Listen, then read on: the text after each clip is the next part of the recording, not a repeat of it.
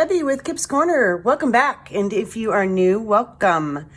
I'm actually working on two tags. One is further along than the other, so I'll set this one aside. But this is the one I'm working on now. And basically this is just, it's chipboard. It actually was designed for a tag book. So it's got holes here. I will fill those. But first off, I want to finish the front. This just has a piece of a printout of a digital paper on the back. And I've added some smudges of black paint and inked the edges, put a little extra ink on the front, and that's really all I've done. And then I glued a little doily on here. And what I'm going to do is put some layers here, and then I'm going to use this little metal musical note there that I also put a little bit of black paint on. And I'm going to put that sort of right on top of the little pile of layers. So I was just playing with what my layers are going to look like. And I think the first layer is going to be some cheesecloth. And this is cheesecloth that I inked up in some watered down distress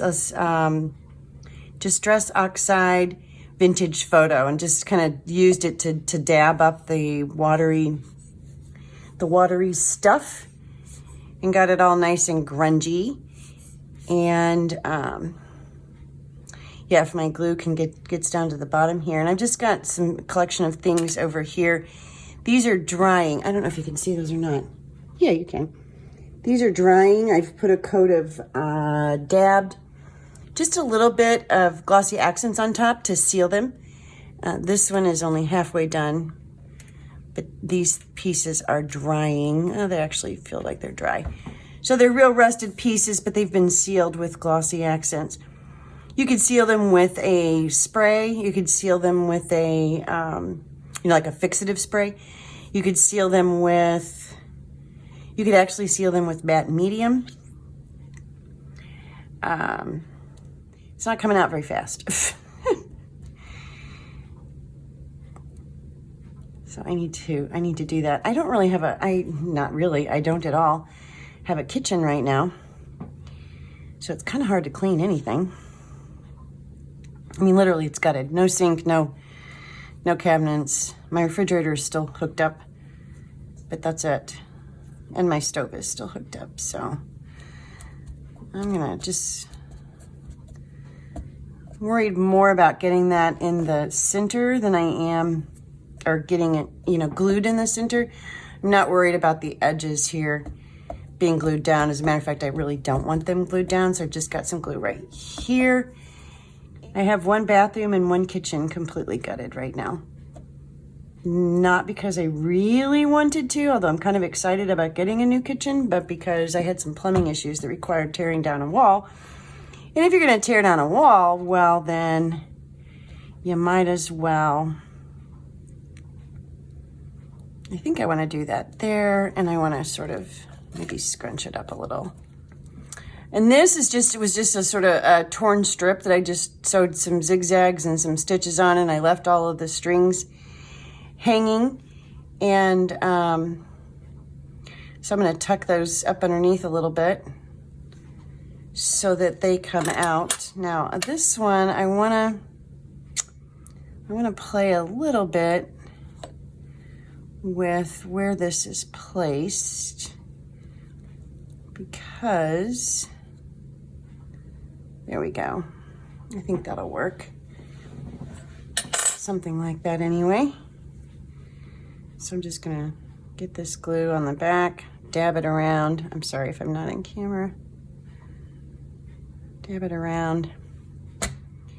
And again, I'm leaving all of my strings back there, but letting them come out a little bit. Okay, while that dries up, I think what I'll do is work on this one. Now, I don't know, this first one I was playing with, and I kind of had an idea of what I wanted to do. I really don't know what I want to do to this one yet. I do like, this is from the same paper line And I do like that sitting on the edge. And so I think I'll go ahead and ink that up and add that and just get that much done. And I've got some chipboard over here that I was going to use that I cut up. But I think it's, you know, it's still salvageable. I was going to use it on the first tag, and I just wasn't liking the direction it was headed when I was playing. I didn't like the background with it. I did want to put some fabric on that one, and it didn't work with the fabric. So yeah, so I just set it aside. I'm just going to do the curved edge here. I'm not going to do this edge yet because I'm just going to kind of come in a little bit more over here. I'm going to trim that off because it's not straight. So I want to try to get, this has got a little grid in the background. And so I'd kind of like to try to get it straight on here. And I'm going to sand that just a little, just so it matches. This is a paper distressing tool from Prima Marketing, and I've not been able to find one. I've had it for quite a while. I don't think they make it anymore. But sandpaper would work, fingernail file would work, a pedicure, what do they call them? Pedicure eggs, you know, those kinds of things. Any of those kinds of things would work. I just use that because it's you know, it's here. So why not? And then I think I'll edge this, and I'm gonna come in a little bit further and get some good color on the. Now, if I put a wet medium on this, that'll probably run a little bit, but I think that's good. I would like that. So I'm gonna go ahead and go all the way around on this. And this is a vintage photo. I may go back over it with another darker color too. As a matter of fact, I think I will. So I'm gonna go ahead and seal this and get the paper, the edges, and then get a nice layer on this and then let it dry. And the matte gel will, it doesn't, you know, it's not glossy, but it does give it a sheen. And it just depends on what I'm doing, whether or not I like that. But I think for this, it'll look good. I think. I mean, I'm really not even 100% what I'm doing yet. I want to try to, yeah, that is bubbling up a little bit, but that's because of the type of glue I used. But again, you know, I might like that. It might be a nice effect with the drips, because I think I'm going to drip. Okay. I'm gonna let that dry, and I'll see if I hate it with the drip, with the bubbling in the background. Whoops. And if I do, then so be it. I'll go to plan B. All right, so that has to dry. So basically I've got two things drying here, so I'm gonna let them do their thing, and I'll be back. I decided to put a couple of rusty brads. These brads have both had glossy accents just wiped on them, so they have a little bit of a sheen. And I'm going to cover this with a strip. This is from, let's see, it's a Stamperia paper pad that I'm going to use. And I don't remember the name of it. But it's music instruments.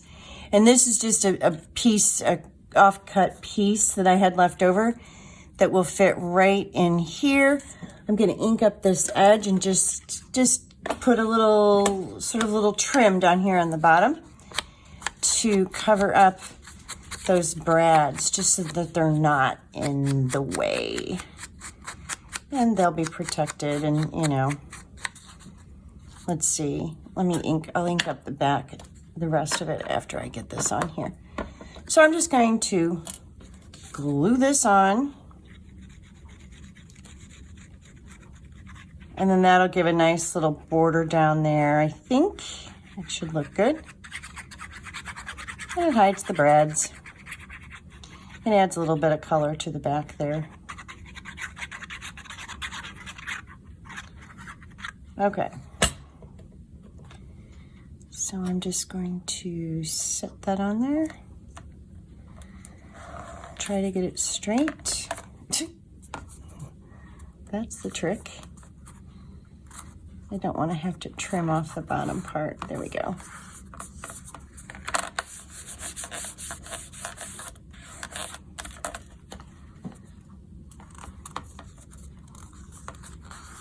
I'll just trim up the two sides just a tiny bit here. With my scissors that have so much glue on them, I don't know. I'm surprised they're still cutting. I need to clean them. Yeah, things are sticking. Not good. Time to clean the scissors. Okay. Now let me get this. Let me get the pin and the glue so it doesn't dry out. And we'll finish inking this whole back. And then I'll be able to finish the front piece.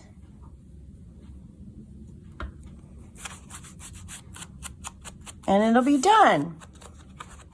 So there we go. Back is done, and it's got this cute little sort of piano key thing going on here. And it hides the ends of the brads. Okay, and I could have made that a pocket, but I decided not to. I thought about it ever so slightly. Adding the same super matte gel medium to the back of this washer. And I'm gonna put that right over top of the eyelet there. The washer, the size of the washer hole and the eyelet are identical. So it fits right on there. And then let me get some, got a Q-tip here. I will wipe up my excess. It'll dry clear, you won't be able to see it, but I'd rather wipe it up anyway.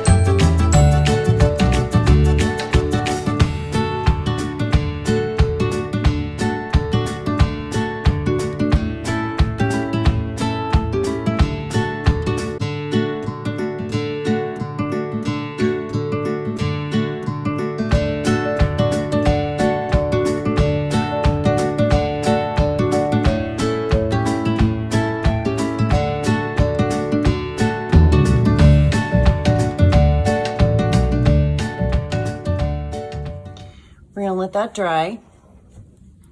Now I'm going to come over to this one, and I see I need a scrap piece of paper. There's some around here somewhere. Here it is. And I want to, that's probably too big.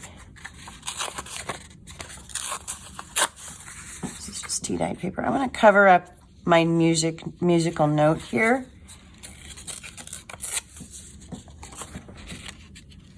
Kind of like that. There we go.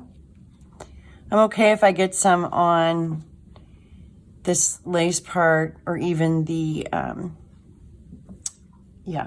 the rusted pieces. Okay, now what I want to do is grab a piece of scrap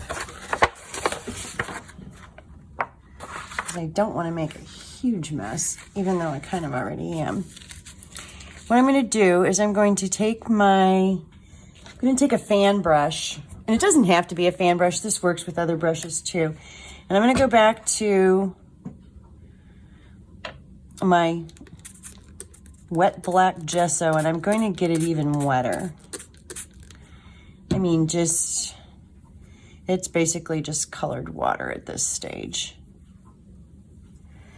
And I'm going to get that nice and wet on the fan brush. I'm going to come over here on top of this, and I'm going to take my scissors. I'm just going to tap.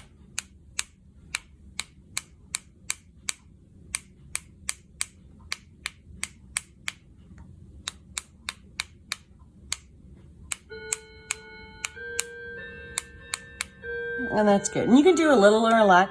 This works with paint as well. You could use a different color. You could use white even. I've done it with white gesso too. So now I'm going to pull that up. I'm going to wait for the clock. Okay, I think the clock is done. And now this tag, as soon as it dries, is done. And so we've got some paint splatters, not only paint, it's gesso, but we've got splattering, and we've got a rusty sort of metal musical note that has some black paint on it as well. Also some black paint smears, the rusty washer that has, and you can see that sheen from the glossy accents that was dabbed on it, but that's okay. And then just a layer of a couple different doily in the background, and then some cheesecloth, colored cheesecloth. Look at my fingers, I'm black all over. Colored cheesecloth and a little bit of sewing there, and then the brads. And the back is just got the little musical notes on it hiding the brads, and it's just tea-dyed paper. So that one is done. Let me set that down.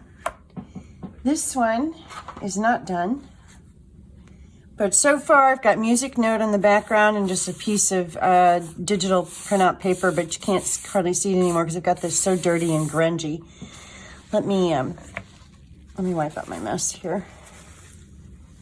I don't know if you can see that or not, but I have a big old blob of watery black gesso over here on the side. There. Good enough. Okay. Now I want to take this piece. This is a chipboard piece, and originally it was kind of like this, and I had cut it because I was going to use it on the first one. And so that sort of goes like that. And then I have this other piece that I think I'm going to try to clean up these edges here. I don't know if I can get that cut off or not. Oh, maybe I can. The little nubs that were left. I'm just going to try to trim that up a little bit, smooth that out a little bit. And right here too, without ruining it. And then what I think I'm going to do, I need to paint this piece, but I think I'm going to put this piece on top, like so. And what I want to do, and then I'll probably use this rusted piece here, and I need to finish putting glossy accents on this one. But I'm going to put the clip on, and I might add a couple of these. I don't know. I do kind of like it. Something like that. So what I've got to decide is what I want to do. So first off, what I need to do is get my black gesso back out. It's over here. And I need to paint this piece. And I still have a brush here. It just has a lot of water in it, so I'm going to try to get some of the water out. So yeah, I just need to paint this piece and let it dry. And then what I think I'll do is use wax, some of my metallic waxes perhaps, on top to get that shiny, so that we've got this old dull background that is almost looks like it went through a fire somewhere. And then I would do this shiny sort of metal, only it won't be metal, it's chipboard. What appears to be metal-ish. All right, that's good. All right, let's let that sit there. Okay, I went and washed my hands, so they're, you know, ready to get dirty again. Move this mess out of the way. And got my hole poked here, and I picked this up and realized, oops, I had set this in some wet paint. So yeah, I just got to think about what I'm gonna do about the back. But I'm gonna focus on the front right now. I've got my pieces painted with black gesso here. And I think what I'm gonna do is throw some patina on top. Let me get this out of the way. I'm gonna throw some patina on top of this bottom piece at least. Okay. Oh, I like that. It's different. It's different. I like that. Okay. All right. Now I need to decide what color I want to make this. I forget what it's called. It's got a name. I know it does. I kind of like it black, but I kind of don't. And I might go, oh, you know what? That might look good copper. Let's take a look at copper. Because copper was used on the front. See if I can find my copper. On the instruments, if you will recall. Let's see. See here, I have the copper here. So I think I might like that. Let's try it. If I don't like it, I will, I'll move to something else. I'll move to plan B. Okay, now, as I look at this piece, now I want to see some patina somewhere else, and maybe some copper too. So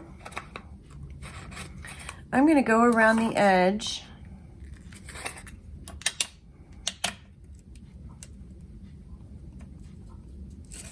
I'm going to go around the edge of this before I glue this down, I think, with some patina, and just give it that smudgy smeared look.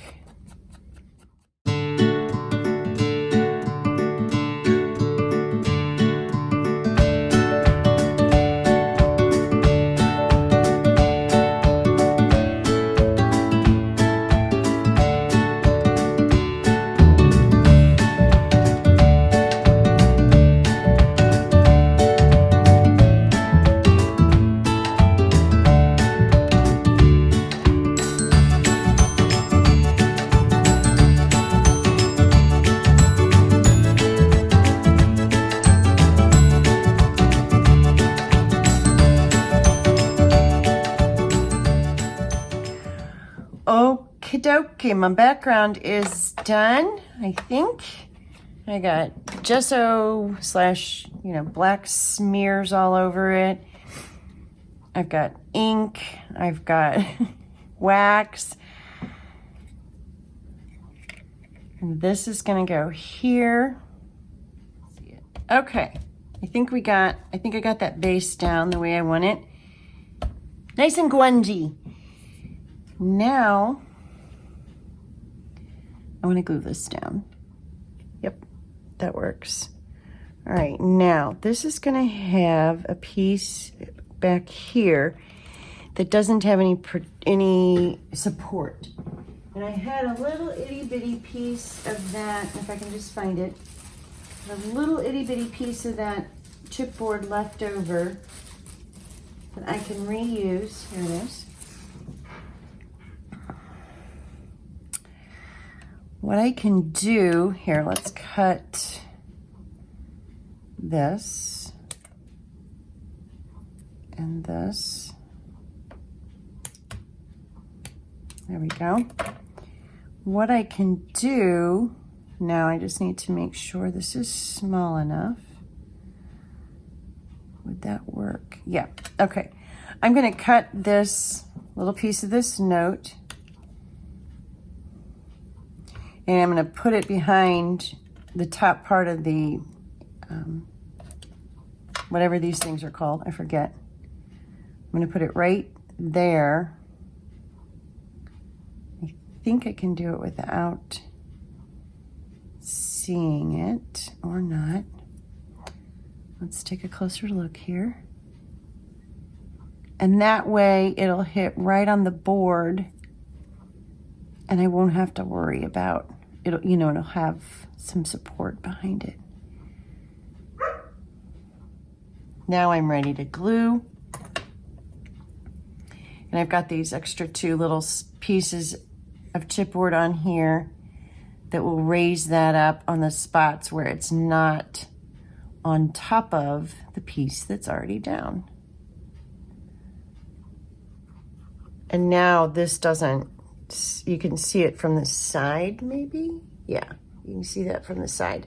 I actually can go in there and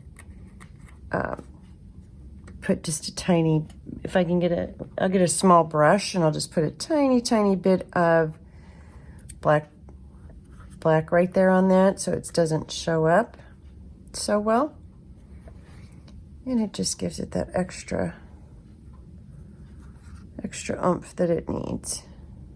Okay, my battery died on me, so I had to go charge her in. And while she was charging, I played with this one a little bit more. I actually finished both of them off, but I found a little stamp that I have that is tiny music. So, but it's really small, not really the type of stamp that you would want to use for embossing, but I really like the way it worked because it's sort of smeary. So you can see that. You can see the lines of music, but you can't. It's very subtle. I've got it in just here, here, here, here. Then after I did that, I really liked the background. I liked the way that sort of framed the background. I decided to go in and put some glossy, clear embossing on top of this character. I cannot remember what they're called. I used to know. No. Anyway. So she's shiny. And now I've got that little tiny hint of shine that was on top of the rest here. Got this piece just clipped on and glued on down here. And then I just put a couple different colors of sari in there that sort of complement what's going on. And now this one is done. And the back has that black blob on it, but I'm okay with it. I like it. It's got a grungy look to it, so I'm not going to even try to hide that or cover it up. And that is tag number 2. I did not do any more to tag number 1. It's done. It's got the rust brads down here at the bottom, the metal note with a little bit of black paint on it. Just a few layers here of doily cheesecloth, a couple different fabrics with a little bit of sewing on it, black splatters. Both of them have the black splatters all over it. And then on this one, I do have the rusty washer, but I also put just a solid black, in there. So there's a hint of blue in this one.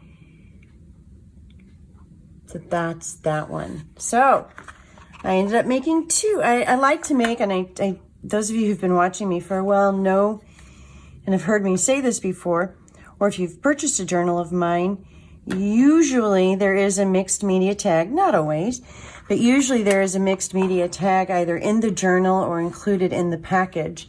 And I like to make a tag that is going to be complementary to the journal I'm making. Honestly, this one is probably going to match better because of the background paper.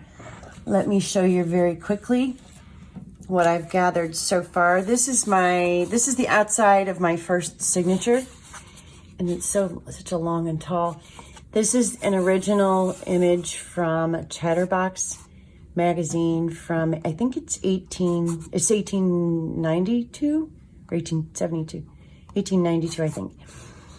And so that's directly from the actual magazine. It's an annual. And then I sewed around it. And this front page here has been glossed. And you can see the sewing. And then I've got this gorgeous trim there on the inside. And it's got a real pale blue, and there's a lot of blues in these backgrounds. Then the second cover, I think the second signature cover, is a pullout from that Stamperia pad that I talked about. The inside is just this music. The outside is this cool kind of funky piano, which is what matches actually the back here.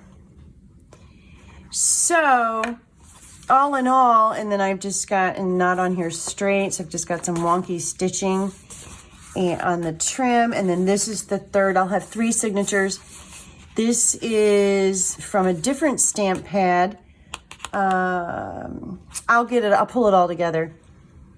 Manu Designs, I think, which is also where the digital papers are from the Etsy shop. But same thing, wonky stitches with some lace, lots of blues, lots of grunge kind of. So that the signatures, these are the three covers to the three signatures that will be in the book. So honestly, this one is going to be more complementary to what's going on with the pages in the book, or with the primary signatures and the other pages throughout. All the pages I'm using, anything that's got the two paper packs, and then some digital papers.